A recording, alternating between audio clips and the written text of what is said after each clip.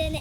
ಭಾರತದ ಪ್ರಜೆಗಳಾದ ನಾವು ಭಾರತವನ್ನು ಸಾರ್ವಭೌಮ, ಸಮಾಜವಾದಿ, ಜಾತ್ಯತೀತ, ಪ್ರಜಾಸತ್ತಾತ್ಮಕ ಗಣರಾಜ್ಯವನ್ನಾಗಿ ರೂಪಿಸುವುದಕ್ಕಾಗಿ ಭಾರತದ ಎಲ್ಲ ಪ್ರಜೆಗಳಿಗೆ ಸಾಮಾಜಿಕ, ಆರ್ಥಿಕ ಮತ್ತು ರಾಜಕೀಯ ನ್ಯಾಯವನ್ನು, ವಿಚಾರ, ಅಭಿವ್ಯಕ್ತಿ, ನಂಬಿಕೆ, ಧರ್ಮ ಮತ್ತು ಉಪಾಸನೆಯ ಸ್ವಾತಂತ್ರ್ಯವನ್ನು, ಸ್ಥಾನಮಾನ ಮತ್ತು ಅವಕಾಶಗಳ ದೊರೆಯುವಂತೆ ಮಾಡುವುದಕ್ಕಾಗಿ, ವ್ಯಕ್ತಿ ಗೌರವ, ದೇಶದ ಏಕತೆ ಮತ್ತು ಸಮಗ್ರತೆಗಾಗಿ ಎಲ್ಲರಲ್ಲಿ ಭ್ರಾತೃತ್ವ ಭಾವನೆಯನ್ನು ಮೂಡಿಸುವುದಕ್ಕಾಗಿ ನಮ್ಮ ಸಂವಿಧಾನ ಸಭೆಯಲ್ಲಿ 1949ನೇ ಇಸವಿಯ ನವೆಂಬರ್ ತಿಂಗಳ 26ನೇ ದಿನದಂದು ಈ ಸಂವಿಧಾನವನ್ನು ನಮಗೆ ನಾವೇ ಅರ್ಪಿಸಿಕೊಂಡು ಅಂಗೀಕರಿಸಿ ಶಾಸನವಾಗಿ ವಿಧಿಸಿಕೊಂಡಿದ್ದೇವೆ.